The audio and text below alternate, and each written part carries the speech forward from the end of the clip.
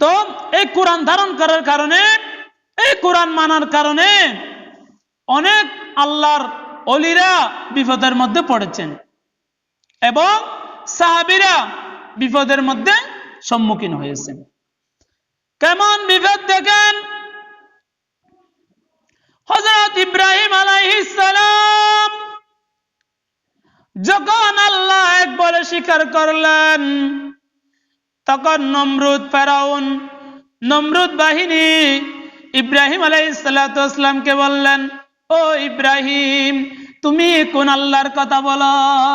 ইব্রাহিম আলাইহিস সালাতু ওয়াস সালাম বললেন, আমি সেই আল্লাহর কথা বলি, আমি সেই আল্লাহর কথা বলি যে আল্লাহ আসমান তৈরি করলেন, জমিন তৈরি করলেন, পাহাড় তৈরি করলেন, সাগর তৈরি করলেন, নদী নালা কাল বিল যত আছে সবগুলো সৃষ্টি করেছেন, সূর্য সৃষ্টি করেছেন, চন্দ্র সৃষ্টি করেছেন, तमाम বিশ্ব যে সৃষ্টি করেছেন, আমি সেই আল্লাহর কথা বলি।